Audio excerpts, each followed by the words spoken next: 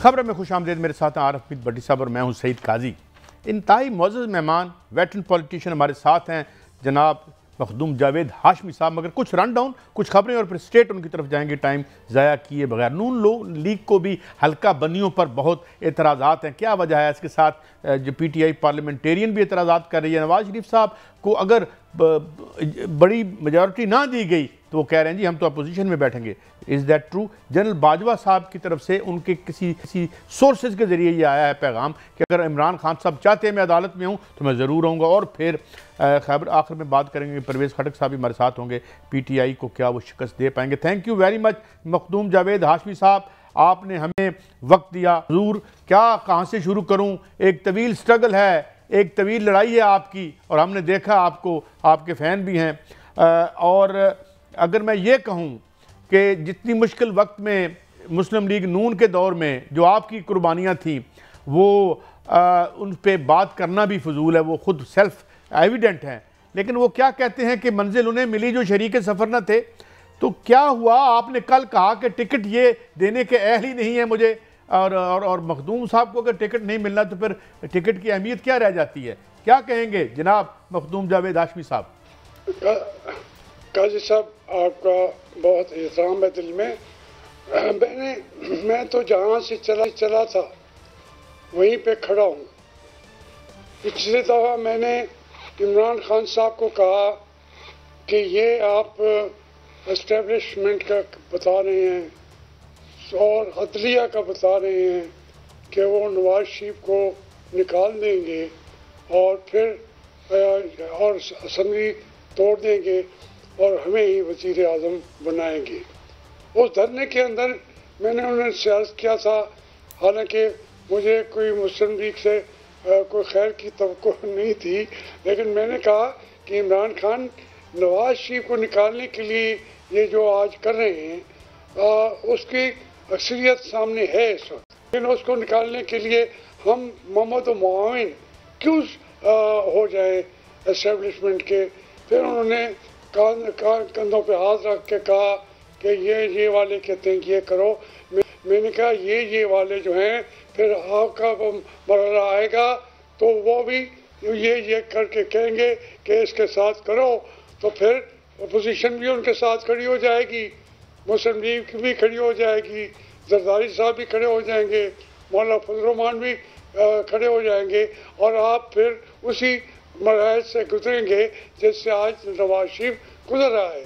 तो प्लीज़ आप इनका साथ ना दें, आपको 70-80 सीटें मिल जाएंगी और ये बहुत बड़ी अपोजिशन होगी और जो किसी से मांगी हुई भी नहीं होगी।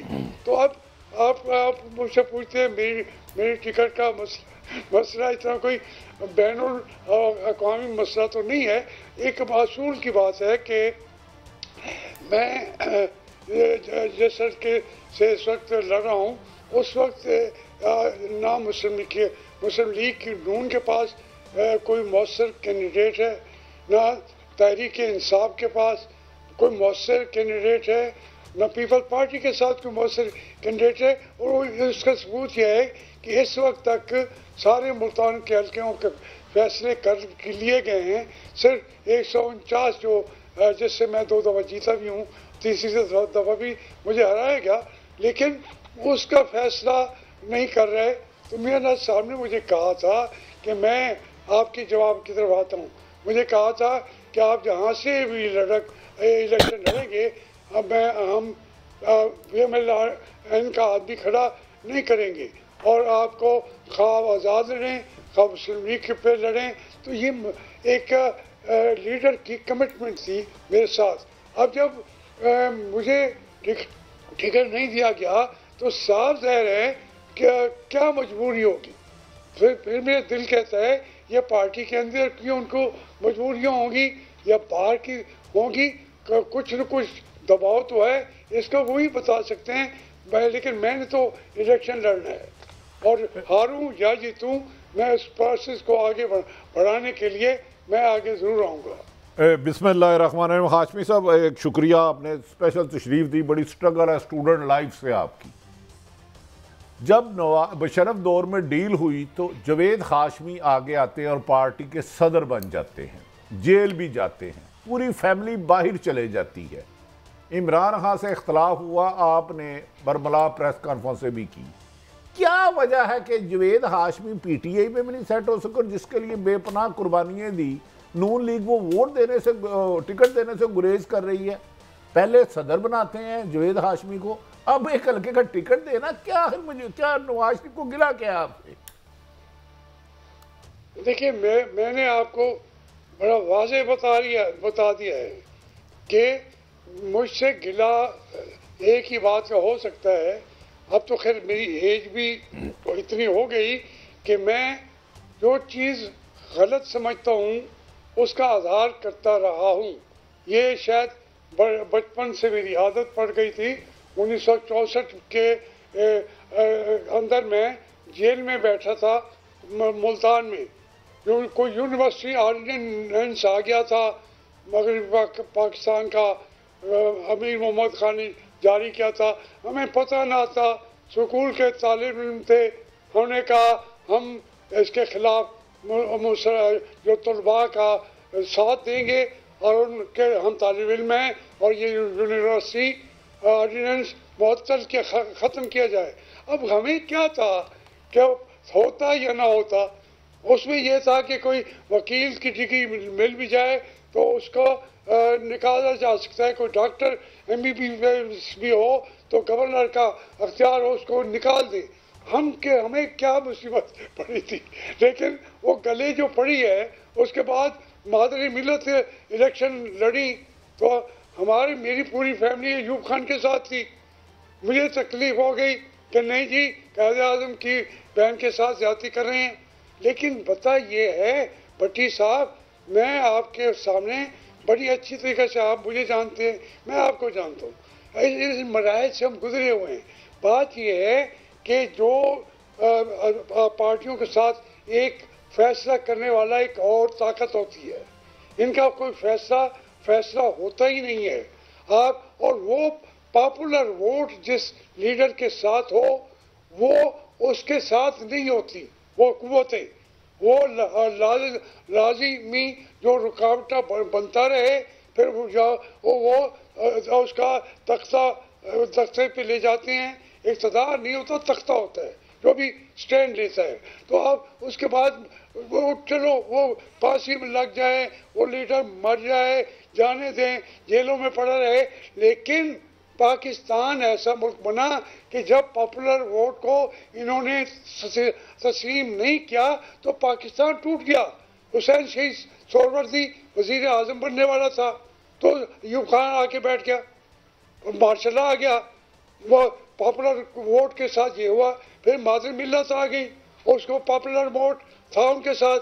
मैंने अयूब खान से बाद में बैठ के यही पूछा कि आपने ये क्यों किया, लेकिन कुछ वो जवाब देने के उनको इस लायक भी नहीं समझती कि हमें जवाब दें। फिर पॉपुलर वोट भुट्टो के साथ था, भुट्टो को फांसी लग गई। फिर आगे जाके भी नवाज शरीफ भी पॉपुलर वोट था, वो मोहतरमा बेनज़ीर के पास तो बेपनाह पॉपुलरिटी थी और वो इलेक्टेबल भी थी। वो हमारे मुल्क के नौजवानों के लिए और हमें आज तक जितना उसने सुनों के लिए जंग लड़ी थी, और वो कंप्रोमाइज़ उसको भी करना पड़ा। कंप्रोमाइज़ मियां नवाज शरीफ को भी बाजवा साहब को दे के वो उनको भी करना पड़ा। तो आखिर इतनी जंग लड़ते हैं। अब मैं इस बात से भट्टी साहब ये कहना ये चाहता हूँ कि मियां नवाज शरीफ ने भी जंग लड़ी है, 90 से लेकर 2000 बल्कि 22-24 तक भी लड़ी है। लेकिन फिर वो जाके कंप्रोमाइज़ उनको करना पड़ता है, जिसका खमियाजा पूरी कौम वो भोगती है। उनको ये एक मराहल होते हैं जहाँ अपनी जान दे दें तो कौम को आज़ाद करा लें। तो इस वक्त जिसके साथ भी पॉपुलर वोट की बात हो तो मैं तो अभी तक एक वर्कर हूँ, कमिटेड वर्कर हूँ पॉलिटिक्स के साथ और डेमोक्रेसी के साथ। मेरे इर्द गिर्द जिससे पूछते हैं पूरे पंजाब में, खैबर पख्तूनख्वा में, वो पॉपुलर वोट जो है वो इमरान के साथ खड़ा हुआ है। मैं उसकी पार्टी नहीं ज्वाइन करूंगा, मैं मुस्लिम लीग ही हूँ, मुस्लिम लीग ही रहूंगा। लेकिन अब मेरी उम्र ऐसी आ गई है, मैं पार्टियों की बाउंड्रीज के अंदर मैं नहीं रह सकता। हाशिमी साहब, आप अपनी इस दबंग गुफ्तगू की वजह से ही पहचाने जाते हैं। मुझे ये बताएं, अब फिर बिलावल भुट्टो कह रहे हैं नवाज शरीफ साहब सिलेक्टेड हो गए हैं, अगर हम पॉपुलर वोट के जरिए पॉपुलर जमात को रोकेंगे तो फिर जमहूरियत मजबूत कैसे होगी? इस मुल्क में जमहूरियत का पौधा तनावर कब होगा? फिर देखिए भट्टी साहब, मुझे ज़्यादा शायद मैं और सेंसिटिव हूँ, मुझे लगता है कि जब पॉपुलर वोट को आपने इनकार किया तो कोई अजाब आया। मशरिक़ी पाकिस्तान टूट नहीं गया, शेख मुजीब के पास था, टूट नहीं गया। फिर मोहतरमा बेनज़ीर भुट्टो को वो ना वो सिंध रहा ना वो बलूचिस्तान रहा, पाकिस्तान की चूल्हे हिल गई, भुट्टो साहब को फांसी हुई। ये आज जो पॉपुलर वोट जो है और जिसका लोग देना चाहते हैं, मैं नहीं कह रहा कि वही उसके लिए बेहतरीन और वही लीडर है, बाकी दुनिया में नहीं है, नहीं, लेकिन इस वक्त लोग जिद कर गए हैं, ये सारे साथ हैं पार्टियां, वो अब क्या करेंगे? लोग जिद करके खड़े हैं कि हमारी जिद है, इनको नहीं आने देना और इमरान खान को वोट देने हैं। तो क्या ऐसी इलेक्शन का क्या फायदा होगा? जो जमहूरियत की हम जंग लड़ रहे हैं वो तो पीछे चली गई। इलेक्शन कराने का मतलब होगा पाकिस्तान के अंदर बहरानों की माँ को पैदा करना। अच्छा हाशिमी साहब, एक सवाल मैं आपसे पूछूंगा, इसके बाद काजी साहब, क्योंकि मैं आपको बरतानिया दौर का जानता हूं और आपकी स्ट्रगल को मैं खुद थोड़ा सा मैं कुछ विटनेस हूं। आप जब तरीके इंसाफ में जा रहे थे, इस वक्त मुस्लिम लीग नून के बड़े तनावर लोग हैं, वो भी आपके साथ जाना चाहते थे। वो आज नाम जावेद हाशमी से हम सुनना चाहते हैं, वो कौन थे जब आप लाहौर में मुस्लिम? भट्टी साहब, मैं जो भी कहता हूँ और जो कहूँगा आपके सामने सच कहूँगा। मेरे साथ कोई जाने के लिए उस वक्त तैयार नहीं था। उससे पहले जब मैं जेल में बैठा था, उस वक्त 2-3 लोगों के नाम आए, मैंने उनको बल्कि रोकने वाला मैं था कि आपको मुस्लिम लीग को इस वक्त मुश्किल हालात में छोड़ के नहीं जाना चाहिए।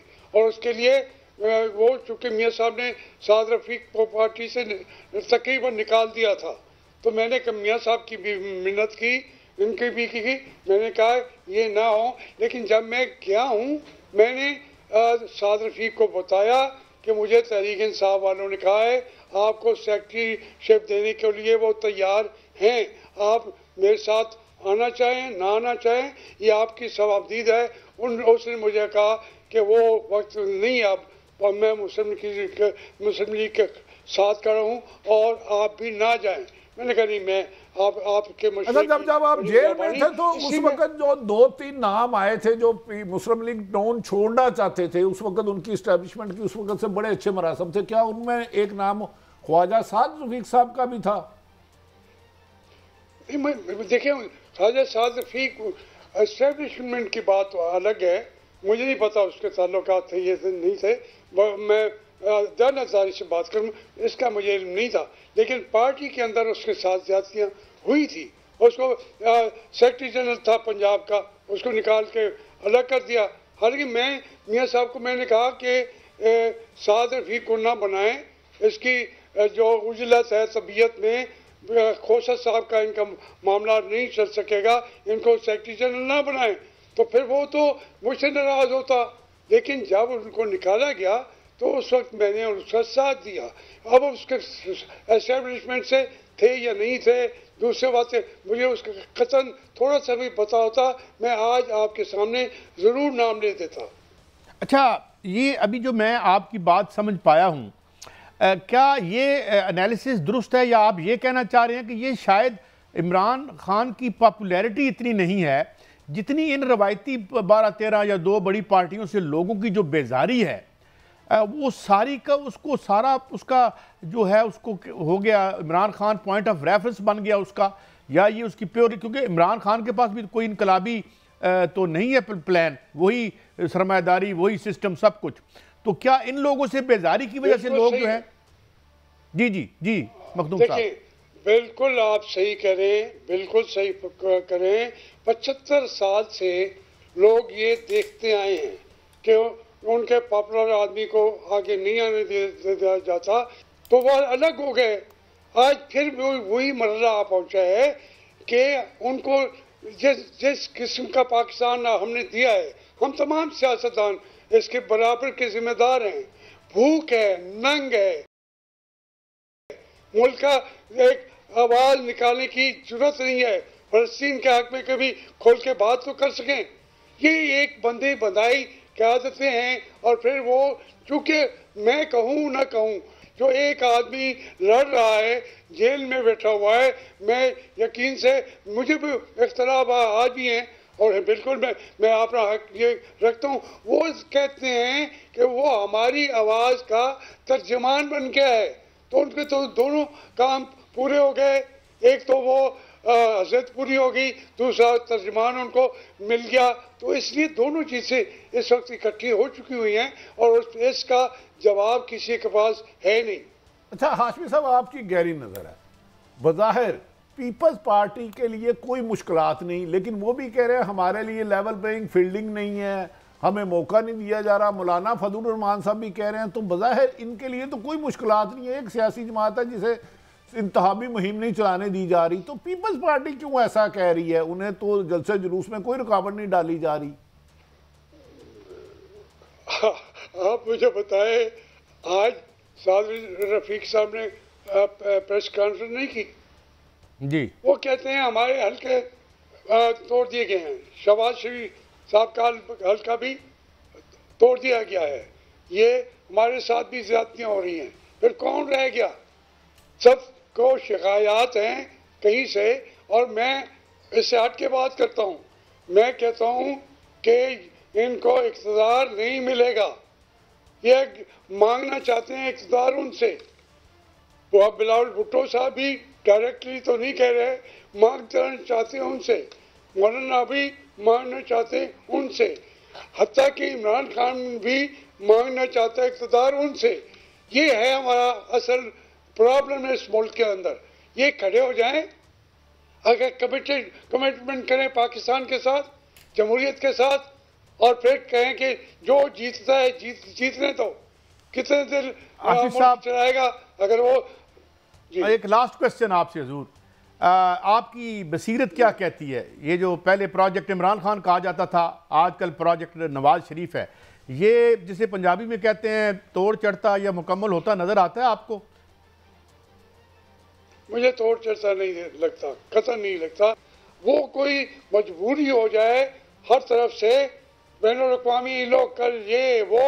इस बसीरत अफरोज गुफ्तगू को हाशमी साहब, वक्त की दीवार आ जाती है मगर आपसे बात वक्त का यानी एहसास ही नहीं होता। बहुत शुक्रिया, आपने हमें वक्त दिया, हमें एनलाइटन किया। It is a great pleasure having you on the show. एक ब्रेक है, ब्रेक से पहले हम इंशाल्लाह ताला नेक्स्ट टाइम हाशमी साहब से लेंगे और पूरा बातें करेंगे माजी और हाल की। हाँ, क्योंकि एक बड़ा इनके पास एक खजाना है, खजाना की तारीख का। एक ब्रेक है, ब्रेक के बाद हाजिर होते हैं।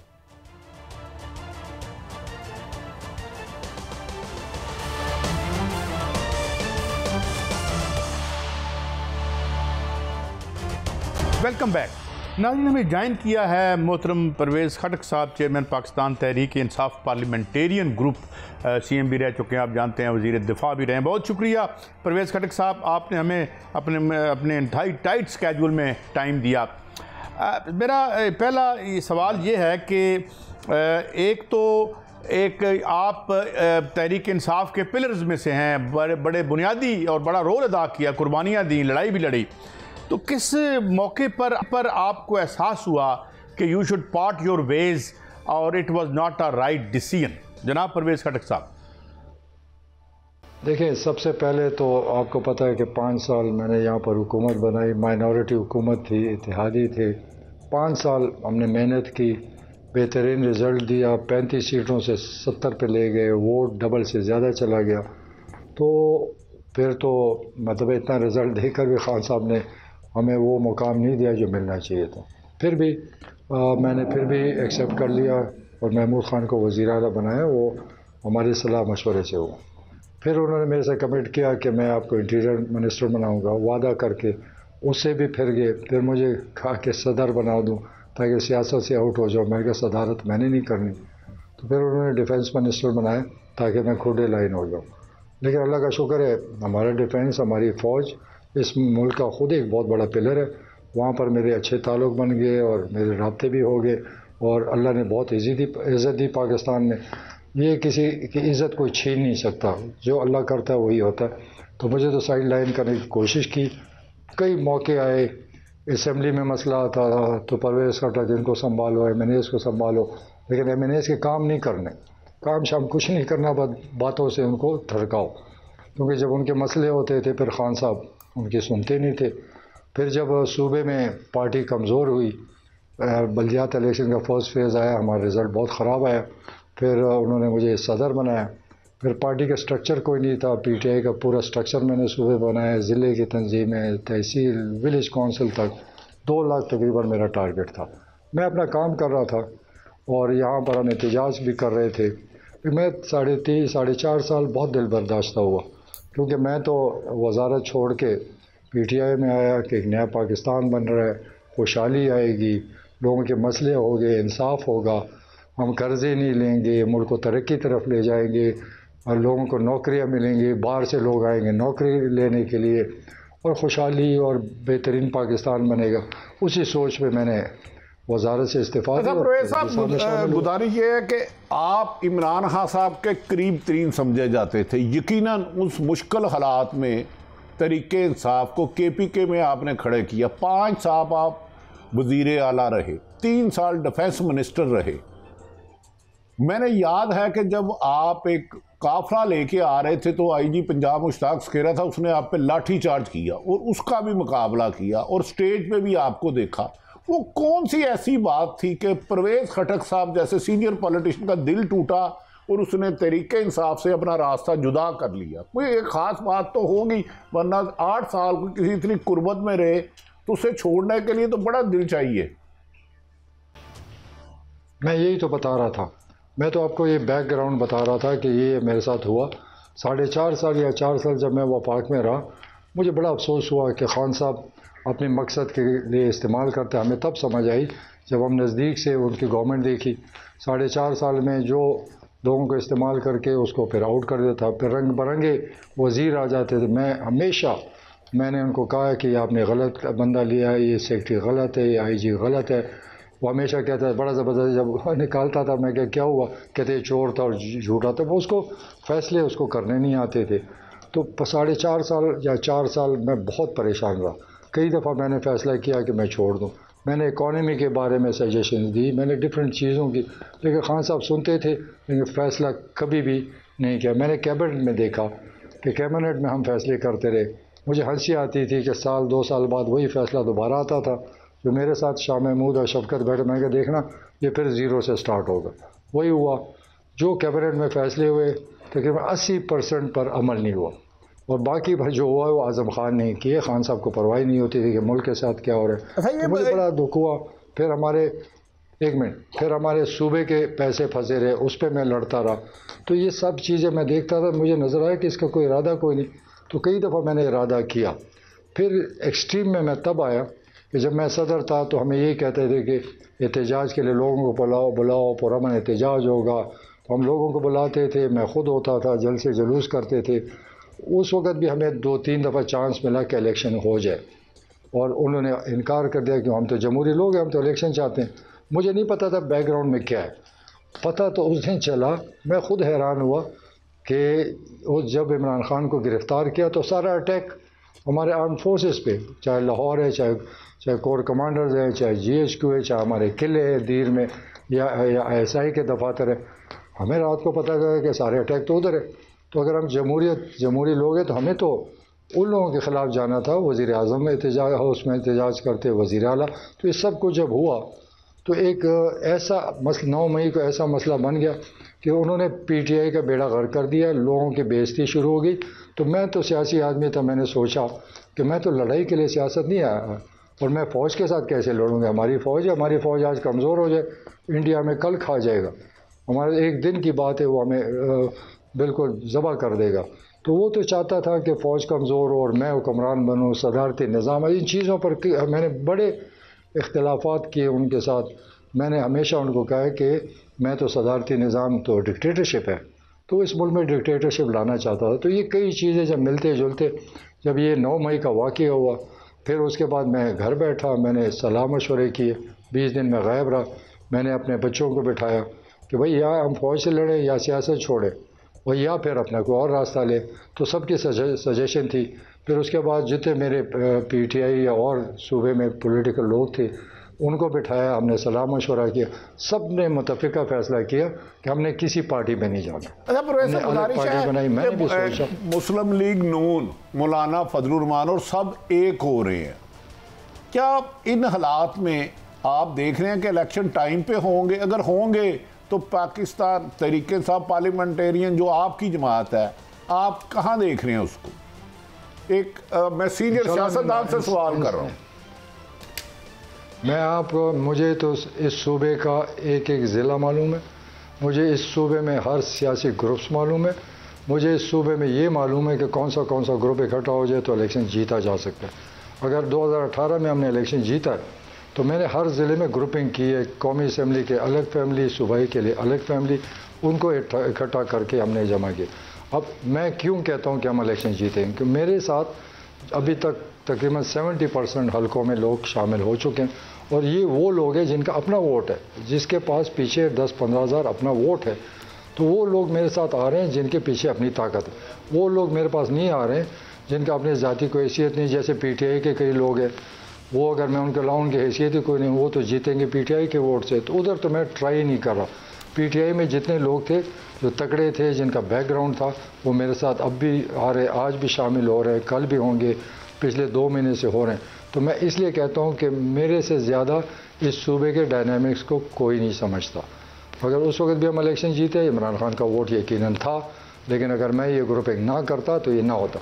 ये जितने आपके PTI के MNAs MPs हैं, मैं आपको गिन के दे सकता हूँ, 60% मैंने शामिल करा, और वही लोग मेरे साथ वापस आ रहे। प्रोफेसर मैंने एक सवाल ये भी था, गुजारिश कि क्या परवेज़ खटक साहब अपने सियासी बसीरत के मुताबिक देख रहे हैं कि 8 फरवरी को इलेक्शन हो जाएगा? मौलाना साहब ने कहा 2 सूबे में हम कैंपेन नहीं चला सकते। इन्हीं खदशात का इजहार दीगर जमातों ने भी कहा, वज़ीर दाखिला भी कह रहे हैं। तो आपका तजर्बा क्या कहता है? देखिए, मेरा तो ज़ाती तौर ये कि इलेक्शन मुल्क में होने चाहिए। अगर इलेक्शन लेट होते हैं मुझे इसका फ़ायदा है। मैं तो कहूँगा कि इलेक्शन लेट हो जाए, क्योंकि मेरी नई पार्टी है, मैंने बहुत अभी काम करना है। तो अगर इलेक्शन हो जाए तो मेरे लिए तो प्लस पॉइंट है। बाकी तो इलेक्शन कमीशन और सुप्रीम कोर्ट का फैसला है, जो फैसला करेंगे। हम तैयारी कर रहे हैं। तो मौलाना साहब अगर जो भी कहता है उसकी मर्जी है। मैं ये कहता हूँ कि हमने खुद भी इलेक्शन कमीशन में रेड किया हुआ है। अच्छा, एक और सवाल कि एक राय बन चुकी है इस वक्त, ठीक है, PTI जो 9 मई हुआ उसकी वजह से मातूब भी है, उनका अपना डिफेंस है इस हवाले से। मगर परवेज़ खटक साहब, आप बहुत पुराने पॉलिटिकल वर्कर हैं, बहुत आपका तजर्बा है इस दश्त का। एक लहर है, और ख़ुसूसन आपके KPK में ये कहा जा रहा है, इवन आपकी जो मुखालिफ पार्टियाँ भी ये समझती हैं कि जो इलेक्टेबल्स हैं उनका तिलिस्म मुबैना तौर पर आपकी साबका पार्टी ने तोड़ दिया है। किस हद तक आप एग्री करते हैं इस तासुर से? देखिए, ऐसा नहीं है। आपको सबको याद है कि 2010 में PTI कहीं भी नहीं थी, ना हमारे सूबे में ना पंजाब में। ये जब 2010 में एक हवा चली तो जितने हमारे सूबे या पंजाब में वो लोग शामिल हो गए, उनके अपने वोट थे, उसकी वजह से 2018 का रिज़ल्ट आया। अब वो लोग वापस जा रहे हैं। जब एक बंदा वापस जाता है तो अपने साथ कुछ लेकर जाता है, खाली हाथ नहीं जाता। मैं नौशहरा में मैंने सब लोगों को PTI में शामिल किया। मैं वहाँ से चला गया तो मेरे जो लोग हैं जो मेरे साथ चल रहे हैं वो मेरे साथ वापस चले गए। तो हज़ारों लोगों वोटों का फ़र्क पड़ेगा। ये गलत फहमी ना, ये जो हुआ है ना, अगर 2-3 हज़ार लोग जमा हो जाए तो मैं छोटे मैंने परसों 2 यूनियन काउंसिल 3 यूनियन काउंसिल के किए। एक में कोई 1000 थे और दूसरे में कोई 2000-2500 लोग थे नौशहरा में। तो ये तो मतलब तो नहीं कि सारा नौशहरा मेरे साथ खड़ा हो गया। तो अगर 2-2500 लोग जमा हो जाएं तो ये सिर्फ हुआ टीवी ने चलाया हुआ है। मैं पंजाब का नहीं कहता, लेकिन इस सूबे में जो मर्जी शोर मचाए, मैं आपको कहता हूँ पीटीआई कहीं नहीं होगी, ये मैं गारंटी से कहता हूँ। ये सिर्फ हुआ है, ये शोर मचा हुआ है, कुछ बच्चे उनके साथ हैं, फैमिलीज़ हमारे साथ हैं। तो ये मैं हर ज़िले में मुझे पता है कि कौन सी शख्सियत जब जाएगी उसका असर कितना पड़ेगा। तो ये वोटों पर बहुत बड़ा असर डालेगा। फिर इस सूबे में 9-10 पार्टियाँ हैं, हर पार्टी ने अपनी मेहनत कर रहे हैं, वो भी कुछ तोड़ेंगे, कुछ हम तोड़ेंगे, कुछ ख़ुद भी लोग दिल बर्दाश्त हो गए। मैं इस कौम से सवाल करता हूँ, 4.5 साल इमरान खान ने हुकूमत की, मुझे तो कोई कारनामा दिखाए। उन्होंने कहा था मैं ख़ुदकशी कर लूँगा अगर कर्ज़े लिए, वही झूठ, कर्ज़े ले लिए। मैं उसे कहता था कर्ज़े ना लें, सब कहते थे, वही डगर पे चलता रहा। ना कानून में कोई चेंजेस आए, ना अदालतों में चेंजेस आए, ना कोई रिफॉर्म्स हुए। मैं लड़ता रहा कि जो मैंने केपी में किया, जिसके बेस पर आप इलेक्शन लड़े कि हमने केपी में ये रिफॉर्म की, हमने ये किया, हमने पुलिस ठीक की, एजुकेशन ठीक की। मैं कहता रहा पंजाब में कर दो। वह पंजाब में जो चीफ मिनिस्टर बैठाया हुआ था, उसकी कोई वो कर ही नहीं सकता था।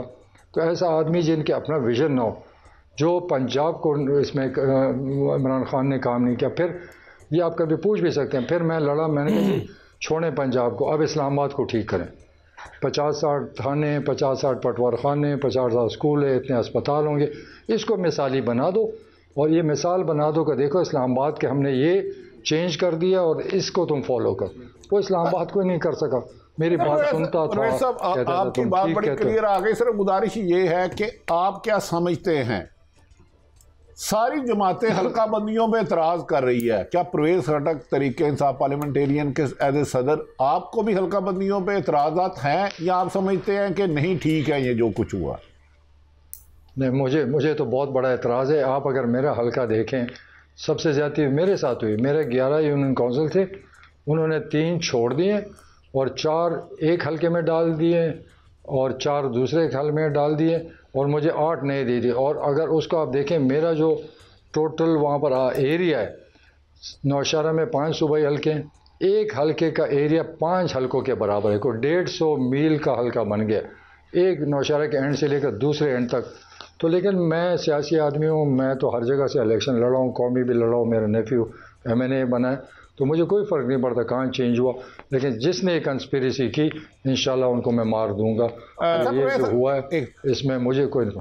अच्छा, इलेक्शन लेवल मैं पिटीशन जी प्लीज पिटीशन में भी जा रहा हूँ। अच्छा, हल्का पिटीशन में जा रहे हैं, आप पिटीशन में जा रहे हैं। दूसरा, people's party level playing fielding की बात कर रही है, PTI भी कर रही है। क्या आपको हर किस्म का फ्री हैंड है कि आप लोगों तक जाए, अपना पैगाम पहुँचाए, मंशूर पहुँचाए, और इलेक्शन के लिए आपके लिए तो कोई प्रॉब्लम नहीं है एज ए तरीके से? ये किससे, ये जिससे मांगते हैं ना, ये खुल कर बोले कि हमने किससे ये फील्ड चाहिए जहाँ पर लेवल प्लेइंग फील्ड हो। ये खुल के बोले, जिसे चाहता है जाके उनके पास बैठे। हम तो सियासी लोग हैं। ये अगर कोई ये गलतफहमी दूर होनी चाहिए कि कोई किसी का वोट बढ़ा सकता है, कोई किसी का जलसा बढ़ा सकता है, कुछ भी मदद नहीं कर सकता। हमने वोट अपने मेहनत से लेने, हमने जलसे अपने मेहनत से कर रहे हैं, कोई हमारे लिए जलसे भी नहीं बढ़ा कर सकता। मैं इलेक्शन लड़ रहा हूँ, मैं तो जितने इलेक्शन लड़ रहा हूँ, लोग कहते हैं कि पिछली हुकूमत में ये हुआ। मैं तो नौशहरा में, क्योंकि जब इलेक्शन होता है पोलिंग एजेंट बैठा होता है, पोलिंग एजेंट आपके रिज़ल्ट ला के देता है, उसको कौन चेंज कर सकता है? मुझे कोई साबित करे ना कि ये मेरे पोलिंग एजेंट का रिज़ल्ट था और ये चेंज हो गया।